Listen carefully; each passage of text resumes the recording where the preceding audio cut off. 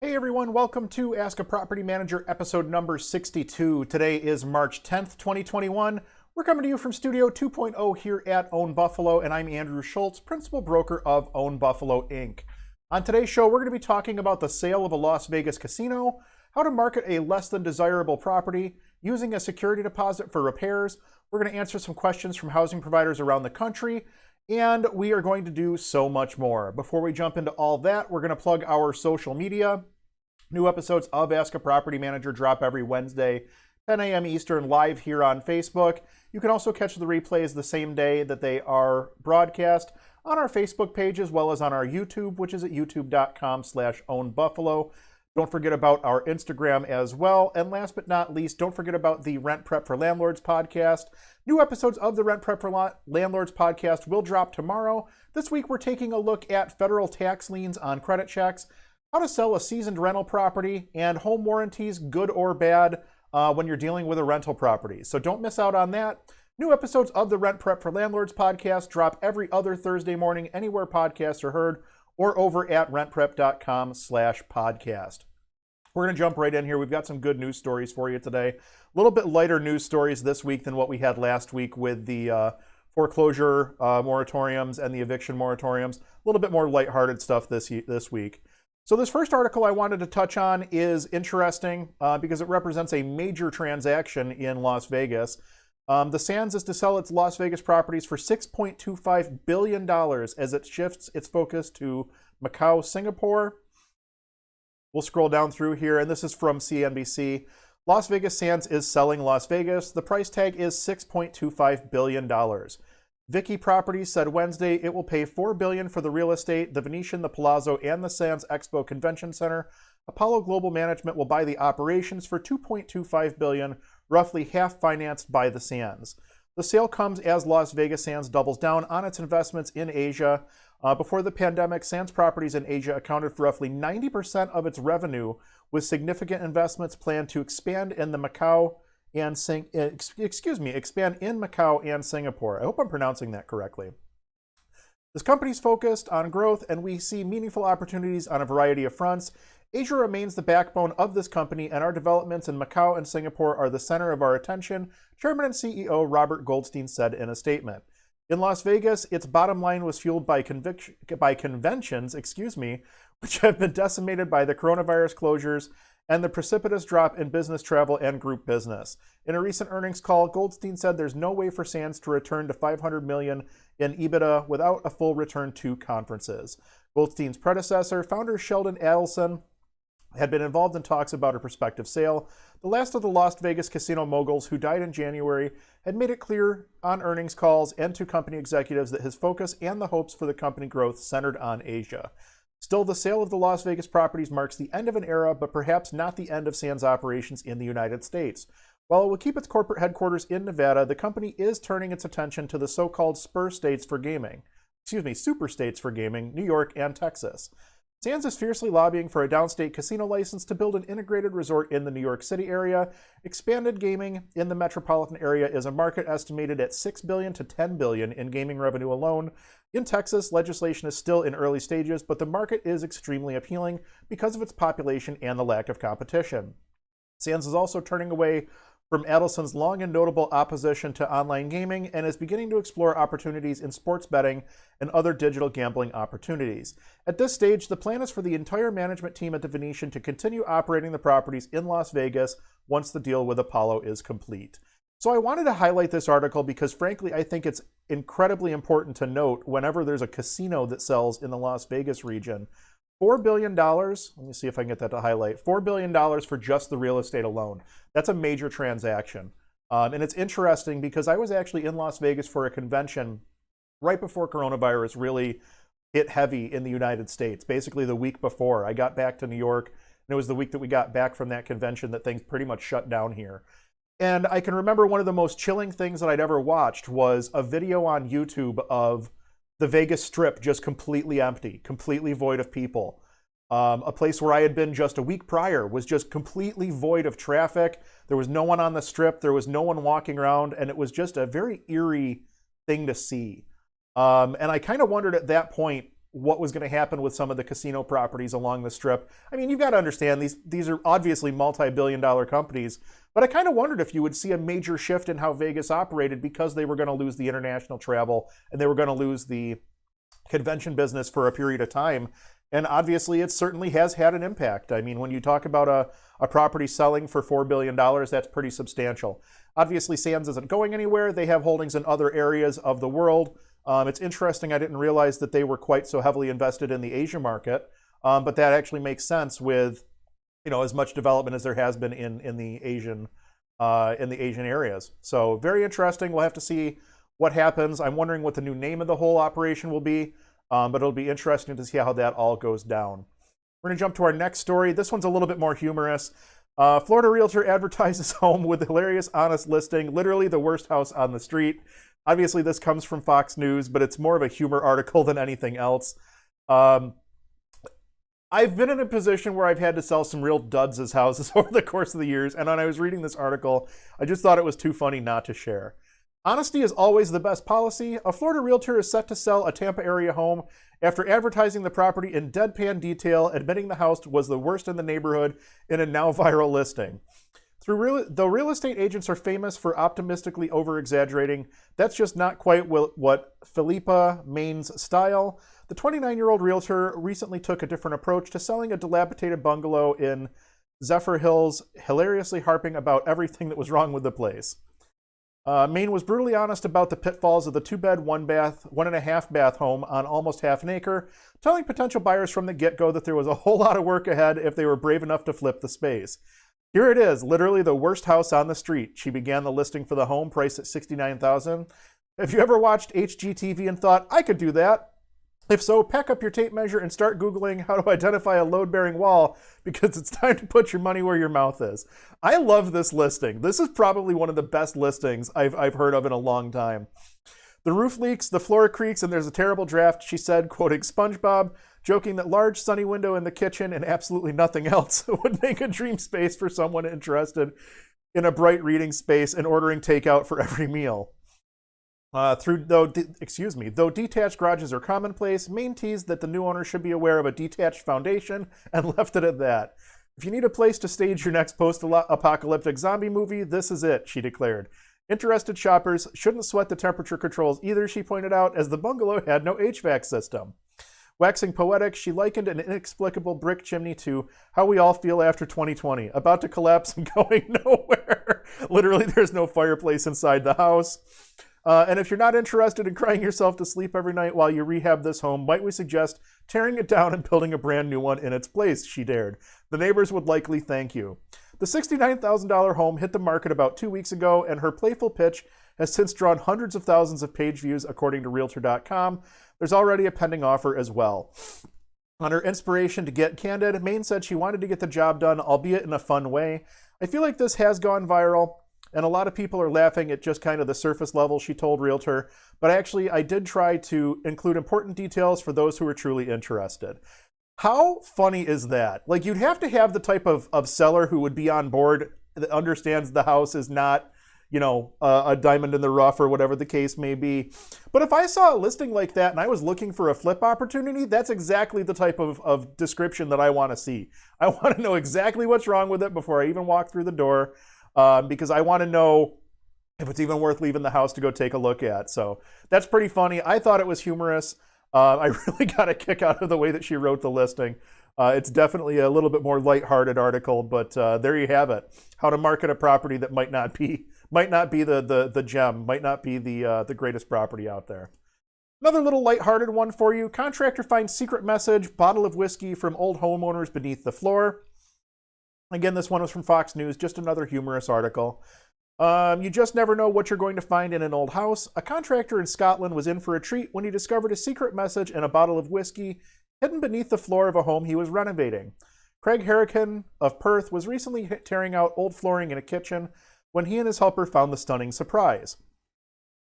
So we're stripping out a kitchen, me and Philip, and we found a message under the floor, Harrigan said, with a smile in a now viral TikTok, which has been viewed 116,000 times since hitting the platform last week. Jack and May lived here, 3 kids and a dog, kitchen up during April, May 2001. He read of the note scribbled on linoleum. All the best, have a drink on us. Included in the nook was a small bottle of Glenkinchie whiskey. I guarantee you I pronounced that one wrong. Carrying out essential work. Great find, Harrigan captioned the clip. Not sure I would drink it, to be honest. TikTokers were touched by the token and agreed that the gesture was sweet. That's actually so cute, one wrote. That restores my faith in the world. Probably don't drink it if you're using power tools, though. Any other 80s kids thinking 2001 wasn't that long ago? When I saw the date, I thought, oh, not so long ago, until the lad with me said he wasn't even born then. Harrigan wrote back. Now the mementos will reportedly stay in the family. According to the outlet, Harrigan's client is Jack's daughter, who bought the house from her dad. The new owner plans to keep the whiskey and piece of linoleum as a toast to her digs. That's pretty cool. Actually, you can see the, I'm not going to click on the TikTok, but you can see the message there a little bit. Just a little bit of a lighthearted thing there. We have definitely found some crazy stuff when we've done renovation work in the past as well. We have found everything from, actually, when I was a young kid, we had gutted a house in our hometown, and it was actually our family home that was gutted down to the studs and rebuilt. And I remember there were a couple of old paintings that were pulled out of the walls. They were put in the walls whenever somebody else had done rehab work. And I don't know if they were like original owners of the property or whatever the case may be. But there was a portrait of a man and a portrait of a woman, and they were oval framed and everything. They were really nice.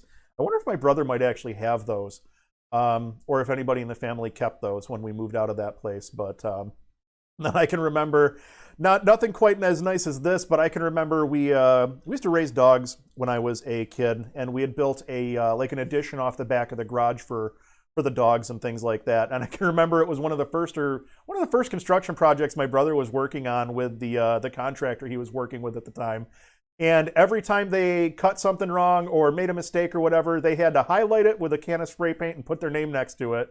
So whoever eventually guts that place down is going to find all kinds of little spray paint highlights and names sprayed all over the place just from that project. So just a little bit more lighthearted news than what we've had the last couple of weeks with the moratoriums and things like that. Before we jump into our questions from housing providers, we're going to take a look at a couple of funny things I found on the internet. This just goes to show you that no matter how hard you try, you will eventually find that stud. Just keep trying. The beautiful part of this is he should have hit at least one, maybe two studs between all those holes. So yeah, I definitely hire somebody if you don't know what you're doing when you go to hang your TV. And this one is for when you want to just get a little bit closer to that extra special someone in your life. I don't understand why this is a thing. I'm kind of hoping that one of those toilets is just set there, but honestly, it looks to me like both of those toilets are hooked up. So I don't know. Some people have odd bathroom designs, that's for sure. Let's jump to our questions from around the country, our questions from housing providers around the country. We're going to start with this one on lease signing and security deposit. These were both actually asked by the same person, which is why I put them both on the same card here. How long do you give the tenant to review and sign the lease for a condo rental? Do you remove the listing while you're waiting? At what point in the process do you collect the deposit? I've only been asking the applicant to pay for the rent prep fees. That's the credit and background checks. But I'm starting to think I should collect some sort of deposit earlier, maybe between the application and before the credit check. Thank you in advance. So I'll tackle all these kind of as they come. We collect a $20 application fee. It's a credit and background check fee, actually, which is the maximum in our state here in New York. That was put in place during the HSTPA updates in 2019. So we do have a maximum fee here in the state of New York that we're allowed to collect for the credit and background checks. So we do go at the $20 price point. It actually costs us more than that to run the credit and background checks because of the platform that we're using. But it is what it is. I pay for the convenience of knowing that we're getting the information we need. So that's what we collect at the onset. Then we screen the application all the way through. And then once the application is approved, and we let people know this on the front end, once their application is approved, they have 3 business days to read and sign the lease and get their security deposit to us in certified funds, whether it be a cashier's check or a money order or whatever the case may be. We're not taking personal checks for the first month, and for security deposit, it's got to be certified funds. So that's how we've been handling it, is once the application is approved, they have that 3-day window to read the lease, sign the lease, and get us their deposit. And we don't take the apartment off the market until the day of move-in. We've literally had people go through the entire process, sign a lease, pay a security deposit, and then just no-show on their move-in day. And if you take your place off the market, you're basically losing all of that marketing time. So what we will do is let people know, hey, we do have an application pending for this place or whatever the case may be. If it falls through, we'll get back in contact with you, but we do not pull them off the market until such time that the place is actually occupied, because we've just had a couple of people burn us in the past on that. So that's how we would handle that particular situation. Good luck. Hopefully you find great tenants and you have a good experience. So I think that you're well on the way to doing the right thing. Just keep doing it. Using a security deposit for repairs. To the experts, if my tenant is moving out and requesting a deposit back, she's put a bunch of holes in for shelves in the walls and different things that she's hung up. Can the deposit be used to patch and repaint? I would say yes. Holes in walls would be considered damage, not normal wear and tear. You know, a scrape or a scuff is one thing. I probably wouldn't charge for something like a scrape or a scuff or whatever, unless it was like all over the wall and it was obvious that it was damaged. You know, installing a shelf is something that's willful and it's on purpose. It's done intentionally. They mounted the shelf to the wall knowing that they were creating holes. The holes have to be fixed. And as such, it would be considered damage. We would deduct that from the security deposit when we go to do the move out and we do the security deposit disposition. Just make sure you're following whatever the rules are in your state for security deposit dispositions. If you're doing the work yourself, you may not be able to deduct it, or you might only be able to deduct like the materials, but not the labor. Just make sure that you understand what the rules are regarding security deposit dispositions in your state, and you should be just fine. All right, last but not least, inherited tenants at closing. This one's a little bit longer. I'm considering buying a property in a college town. The upstairs and basement can be separate units. There are tenants in the upstairs unit, and the mom of the tenants rents the basement as she visits often. Their lease is up at the end of May. Our son will be staying in the basement while going to college and needs to move in by August. Today we looked at the place and the renters were there. The lady pulled me aside and stated that the current owner promised that they could stay through December. When I asked the owner later, he stated that it would be up to us. Ideally, we would start with new tenants upstairs and students, and with students wanting to sign a one-year lease, it might be hard for us to find renters in December. My question is, should we tell the owner we want everyone out when we take over the property on the closing date? If we let the upstairs tenants stay, would we want them to sign our lease before closing on the house? What advice do you have? So you've got a few different things that are going on here right now. The first thing you need to do, I'm going to assume that you're not under contract. It sounds like you're pre-contract, probably just negotiating back and forth right now. You need to look at the leases that are currently in place and find out when they end. If there's not a lease in place, I would recommend not finishing out on this transaction, not closing this transaction until there's a lease in place or the tenants are out of the property, one of the two. Normally, I wouldn't give that advice. It might seem a little bit drastic, but you basically have muddied waters here, because you've got a property owner that's telling you one thing and you have tenants that are telling you something completely different. You've got to see what that lease is so that you can clear the water up before you jump too deep into the deep end on something like this. Keep in mind that even if you are on a lease with these tenants and the lease ends at the end of May, you may have trouble removing them if they decide not to move out at the end of the May due to the current eviction moratoriums and things like that in place. I don't know what state you're in. It didn't actually say in your question, but that's something you should definitely look into to see, okay, what am I going to do, if we do put them on a lease until the end of May and they decide not to leave or whatever the case may be. Make sure you understand that before you jump in. Also, check with the building department to make sure that the basement apartment you're talking about is actually legal, and it's not just something that was thrown in ad hoc and doesn't have proper permits or doesn't have two forms of egress or whatever the case may be. Make sure the apartment that you're trying to rent out is actually a legal apartment, especially if your son's going to be living in there. You don't want to be putting him in some kind of an unsafe situation or something along those lines while you are figuring out the rest of everything that's going on. So the other thing I would mention is you would ask about having them sign your lease before closing on the transaction. You can't sign a lease with a tenant on a property that you don't own. I think that's probably pretty straightforward. You could talk to the seller and ask him to use your lease form, but he's not under any obligation to do so, obviously. But you you're not a party at this point. You don't own the property or anything like that. You would not be able to sign a lease with that tenant until such time that you own the property. So that would be my recommendation, would be talk to the seller. First, look and see if there's any leases in place. Then talk to the seller about putting these tenants on whatever lease form you're comfortable with. The seller does not have to say yes to that. They could put them on any lease form that they want. And then honestly, if you don't close the property and they're on your lease, then the seller's now stuck with whatever your lease terms are. So that's something to keep in mind. That might not be the situation that the seller wants. They may want to put them on their lease because at the end of the day, if you don't close the transaction, they still have to operate that property. So lots of things to consider there. You've got quite a bit of nuance to this transaction by the sounds of things. I don't think it's a dead deal by any means. I think it just needs to be thought out a little bit more before you go too deep and make decisions that you can't necessarily unwind without a whole lot of headaches. That pretty much wraps things up for this week's episode of Ask a Property Manager. Thank you all so much for watching. We truly do appreciate it. I love producing Ask a Property Manager, and you can definitely help us to improve. Drop a question in the comments either on Facebook or YouTube, and your question may be answered in an upcoming episode. If you enjoyed this content or if we brought some value to your day, please do us a favor and hit that thumbs up button. Facebook and YouTube both push videos based on community feedback, so every like, comment, subscribe, and share helps us to grow and reach more people. We'll be back next week on March 17th. That's next Wednesday at 10 a.m. Eastern with another show you won't want to miss. Thank you all so much for watching, and we'll see you next week.